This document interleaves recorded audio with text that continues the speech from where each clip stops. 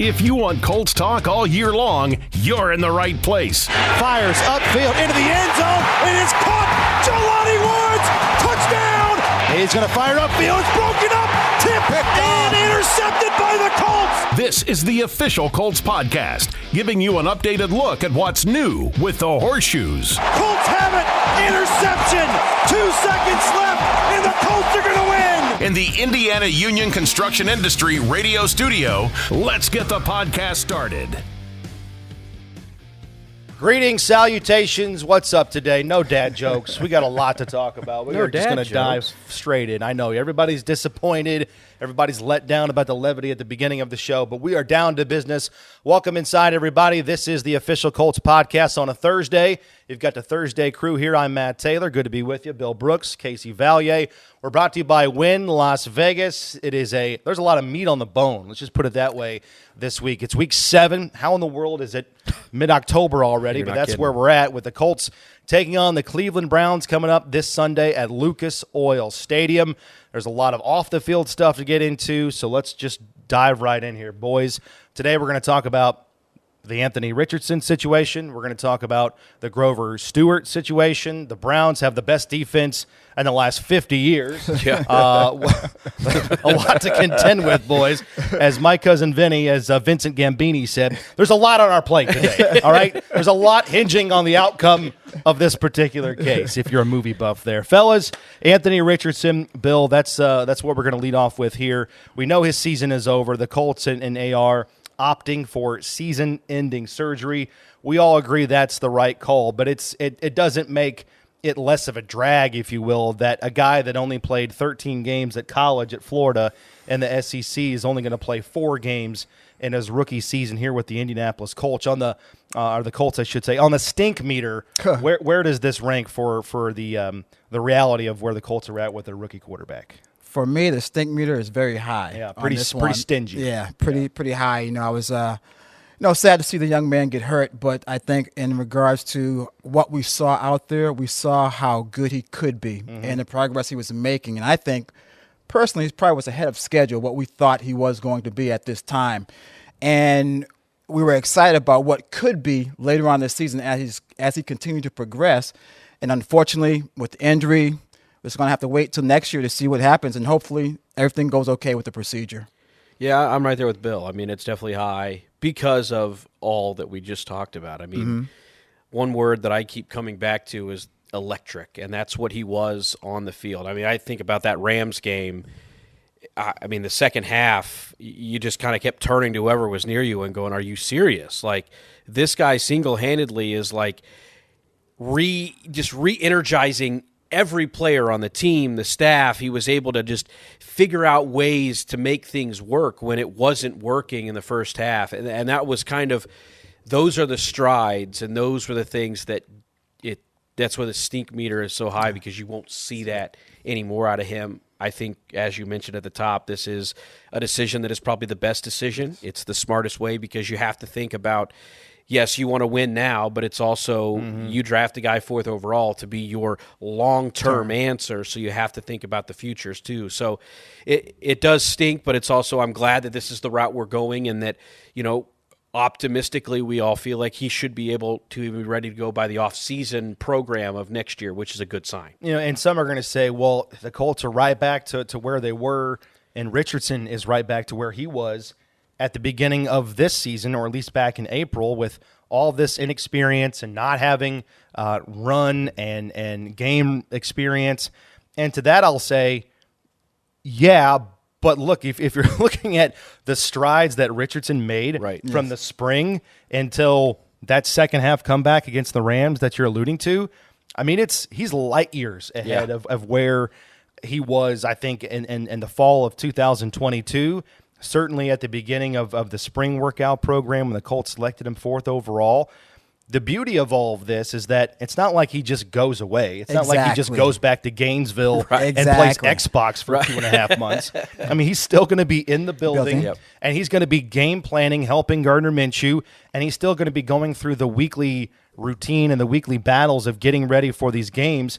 And I think Shane Steichen hit it right on the head, and Richardson's going to have to spend the next 13 games, or next 11 games, I should say, here in the regular season, getting ready for these opponents as if mentally he was the starting quarterback for this team. Exactly, and that's the experience he is going to get. He's going to get a lot more classroom experience, let's say, because he's going to be in the classroom. Yeah. He's going to be watching film. He's going to be helping with the game plan. He's going to be doing all those things. He's going to take the mental reps that he needs to take out there in the practice field. He won't be actually doing it physically, but the mental reps, seeing things out there, seeing the defenses, and trying to dissect the defense. Okay, when we have this play, this is what we're going to do. So those things hopefully will go a long way, and he'll keep that in his memory bank. So when it comes time for him to get back on the field next year, he'll have that in his memory, and he can call on that when needed to be. And we talked about those strides. Question for both of you. In what ways were you impressed by Richardson this year, and in what ways were you surprised in a good way of how ahead of schedule he was after only 4 games? It's a term we've heard a lot, and I don't want to just continue to just go to what everybody is saying, kind of that memory bank, but the poise. I mean, the moment never looked too big.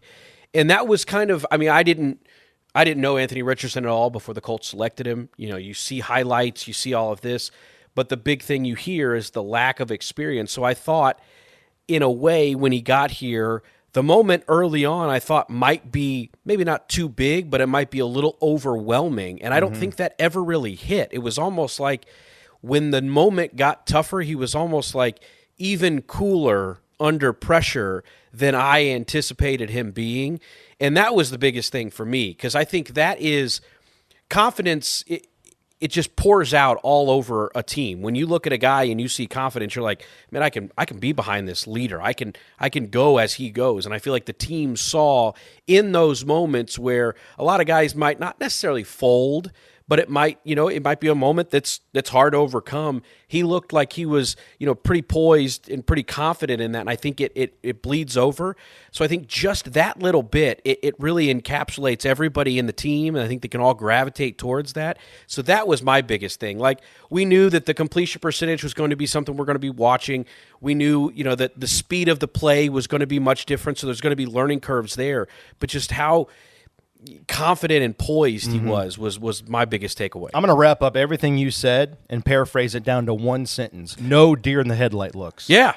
For Anthony Richardson. That's the bottom line. I just gave you the elevator pitch right there. Exactly. But it's exactly right. I mean, I think, you watch him in practice, you watch him in training camp and the early part of this season in these games.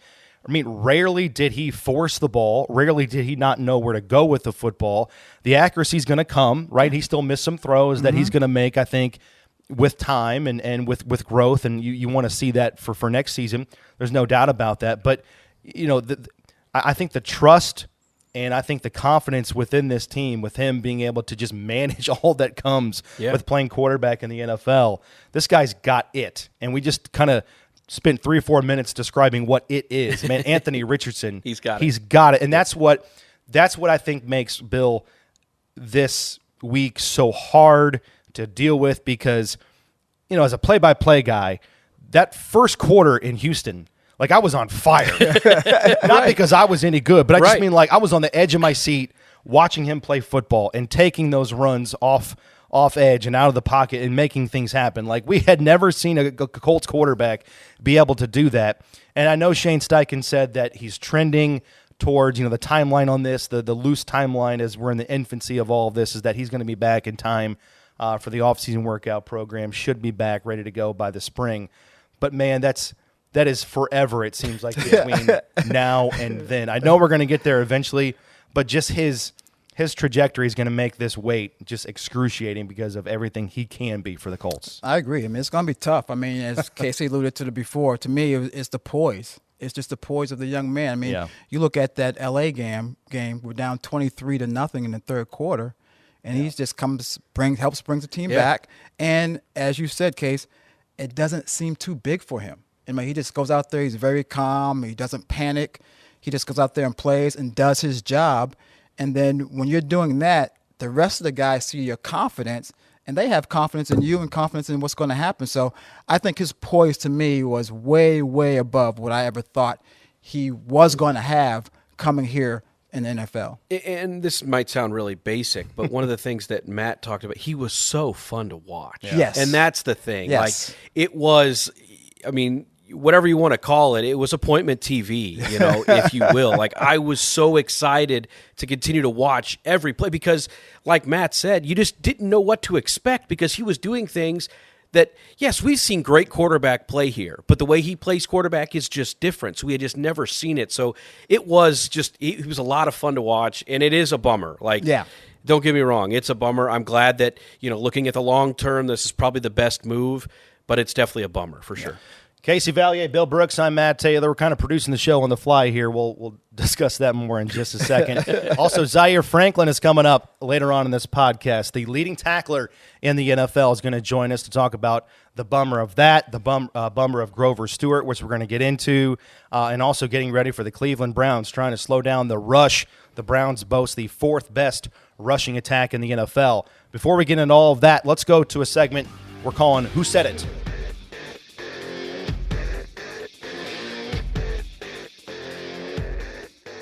All right, we got the headsets on now. It's time for Who Said It? Bill Brooks, Casey Valier. I'm going to play you guys some sound bites from the locker room or some press conferences earlier this week. Identify the speaker, and then let's talk about the content. Why is it important going forward, and how does it relate to Sunday's game against the Cleveland Browns here? All right, sound bite number one. I'm playing these off my phone. Hopefully I don't play an old voicemail for my mom wishing me a happy birthday here or something. So let's give it a shot. Here's sound bite number one. We'll cross that bridge next year when we get there. But again, one of the things that makes him really good is a runner, and a lot of those guys around the league that run and make plays, that's, what helps your offense. But we'll cross that bridge when we get there. All right, I know you got this. Yes. I know you got this. That's the head guy, right? That's the head coach, Shane Steichen, talking about polarizing topic right now, considering where we're at with Yes. Anthony Richardson. Yes, and talk about how they are going to use Anthony Richardson in the future, or are they going to change how they use Anthony Richardson in the future? And one of the things we've all alluded to in the past is that, you drafted him 4th overall. You drafted him to use his gifts, and one of his gifts is running the football. Yeah. So they're going to have to figure out a way and balance it where they do run him, but make sure that he's safe and make sure that he's not putting himself in harm's way. And you need to do that because that's the excitement that he brings to this offense. And that's the thing that makes defenses worry about, how are we going to stop Anthony Richardson if he can run? And then also if we have Jonathan Taylor in the backfield, no doubt. the running backs in the backfield, and also how, Anthony throws the ball as well. So those are things that they're going to have to balance, work out throughout the offseason, and talk about amongst the coaches and figure out how they are going to use him next year. Casey, Bill's exactly right. If you're not going to use Anthony Richardson to why you drafted him 4th overall, you should have drafted Tanner McKee out of Stanford. Right. No, absolutely. You should have drafted a pocket passer. And that's the thing. There's a fine line between a guy who just runs the football and Anthony Richardson, because that's not what he is. He has these abilities, but I think that's one of the things that when we talk about that growth we saw to this point, I think from a passing standpoint, he is further along than where maybe we anticipated him being. Yeah. Mm-hmm. And when I look around the league, that's kind of the way the NFL is going. You've got a lot more mobile guys, and I think there's an area in between where he can live. I look at a guy that's third down, that's red zone. Right. Be selective. I look at what Dak Prescott did on Monday Night Football. Dak's not a guy who's going to go out and run a whole bunch. But you know what? When he needs to, he can. Now, I think Anthony's probably a little bit more of the runner than what Dak is, but I think that style of play is something that when the Colts look at Anthony Richardson, they say, we can get that type of quarterback play, maybe a little bit more of the run, mentality a little bit more, but that's the way the NFL is going, so you don't want to hamper that at all. If you look at the math, and I know we're getting into the weeds here, but quickly, 173 snaps in 4 games for Anthony Richardson on the season. He had 25 carries. If you do the math on that, that's a carry 1 out of every 6 snaps.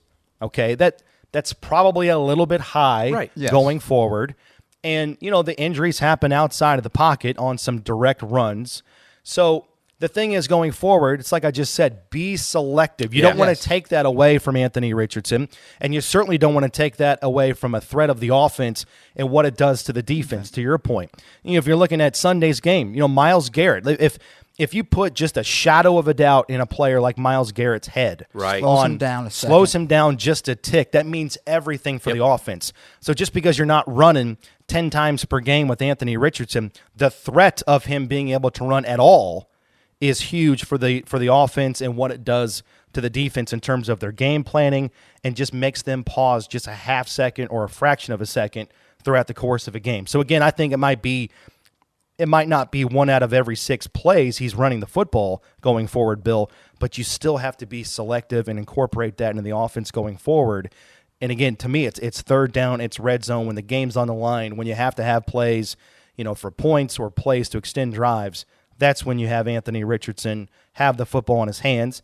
And going forward, yeah, he's got to be better about protecting his body, and that comes with more just, again, as you like to say, and make fun of me, time on task. That's fine. I get it. Yeah, no. It just comes with experience. That's the bottom line. It comes with experience. But as you said, Matt, I think he would be great, or he is great in the red zone. It puts defenses like, hey, look, this is what we have to stop. We have to stop the tight ends. We have to look at the wide receivers, what they're trying to do here. But, we forgot about the quarterback who can run a quarterback draw, go up the middle, run the ball, or around the end like he did in Houston, run that play around the end.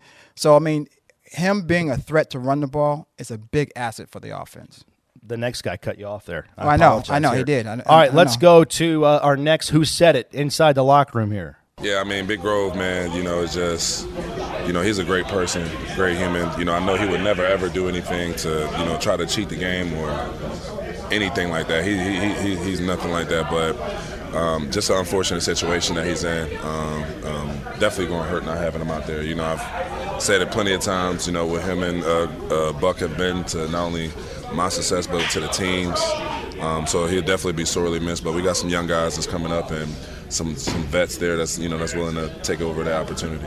You know who that is. Oh, yeah. You can't mistake those toes. One of the best sound bites you're going to get in the locker room, that's Zaire. And talking about Grover Stewart, it's an unfortunate loss. There's a lot to it. You look at it from a football perspective, and it's a really big loss on the field. But Grover is a guy that you go in that locker room, Grover is probably in the top 3 or 4 most liked, and everybody loves Grover Stewart. And I loved what Zaire said. It wasn't him trying to take advantage or cheat the game. Yeah, I completely agree with that. I think what Grover said on his Instagram that he was shocked, he didn't. I think honestly it was just an honest mistake. And you look at it too. Casey talked about him being a top 5 well-liked guy. He's also, in my opinion, a top 5 guy that's just indispensable. Oh, 100%. It's hard to replace. Hard to replace the production, the body type, and the type of player that Grover Stewart has turned into. So now it's next man up, Bill. How much confidence you have in guys like Taven Bryan and Eric Johnson, and whether that's Dayo Adangbo or Tyquan Lewis that can potentially slide in the middle of that defense? Well, I think it's going to take a group of individuals to try to replace Grove in there, because replacing Grove is very difficult to do. Now, these guys are good, don't get me wrong, but they're not Grover Stewart. Grover Stewart takes up a lot of space in the middle. He helps in that run game as far as stopping the opponent's running game, just taking up space out there, being big, being physical, helping the linebackers out behind him to keep those guys from on the offensive line going up to that next level, trying to block those guys. So they're going to miss Grove, and it hurts a lot having Grove not being able to be here for 6 games. And really, it's one of those things, too. You look at the success that DeForest Buckner has had, and that is the challenge that offensive lines typically have to deal with when it's like in the run game, who do you double team, whether it's Grover or Buck? Because one of them, they're going to that's why they're the top. I think they're the best defensive tackle duo in the NFL.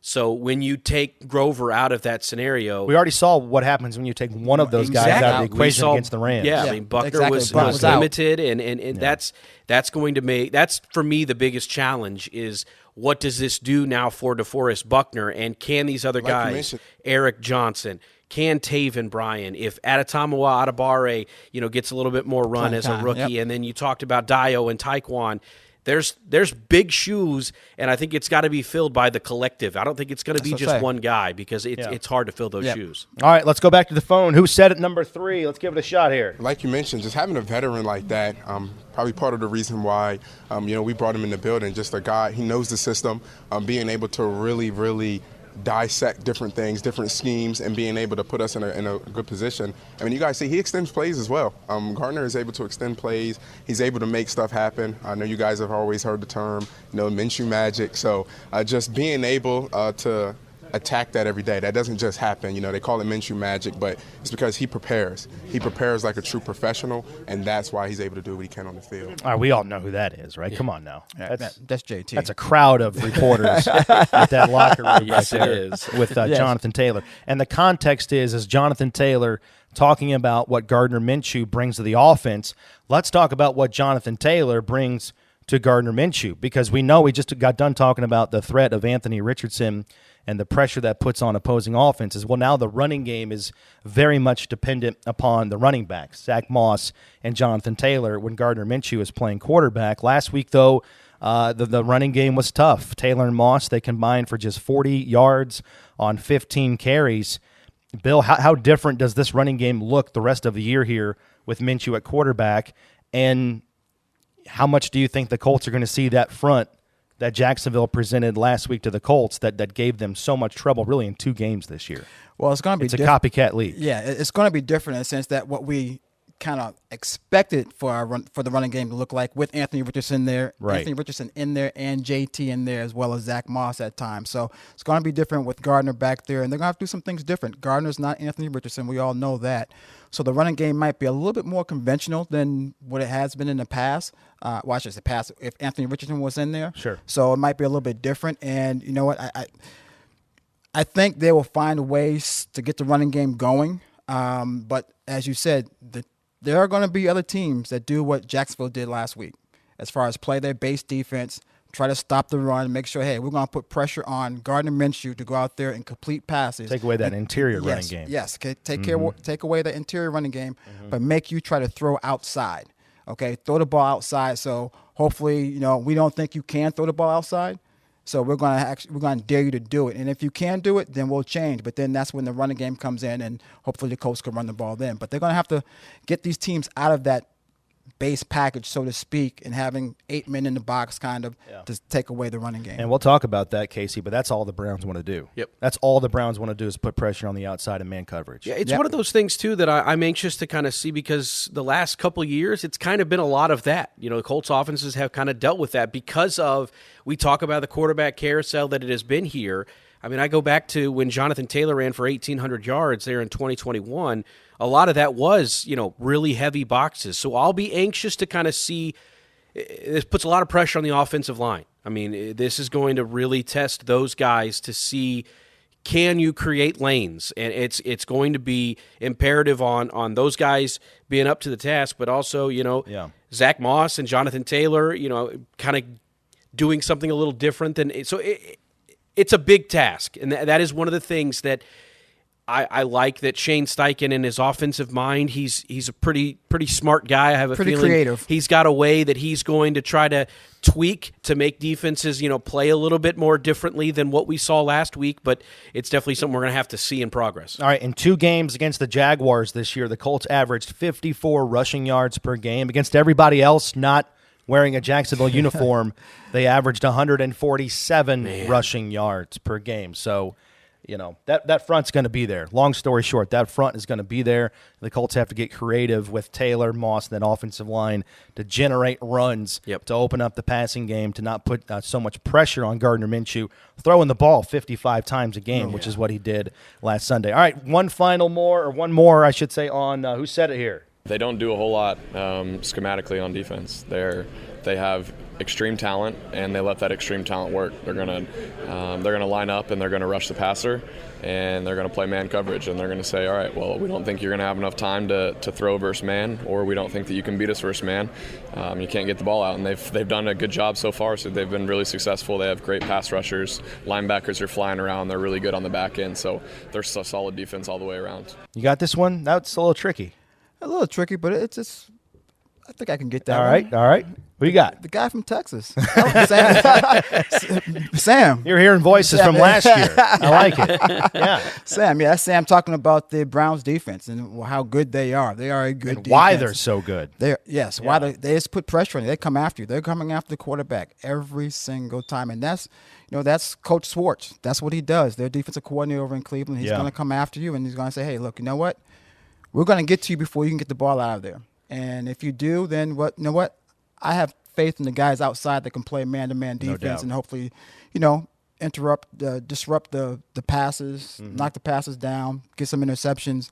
But they're a good defense. They're almost leading in every category. There's a couple of categories they're not leading, but for the most part, they are leading in almost every category from a defensive standpoint. And the crazy part about it, the categories they're not leading in are takeaways. Yes, and that's what shocking. A lot of times when you talk about how good of a defense is, it's they're getting pressure on the quarterback that's forcing takeaways, and it's just they are a team that is forcing teams to punt at an incredible rate. 37 punts their forced. 3 and outs are it's almost 40%. Almost 40%. I mean, everything about this defense is how you would draw it up. If you're a defensive coordinator and you want to look and, hey, this is what we want our defense to be through 5 weeks.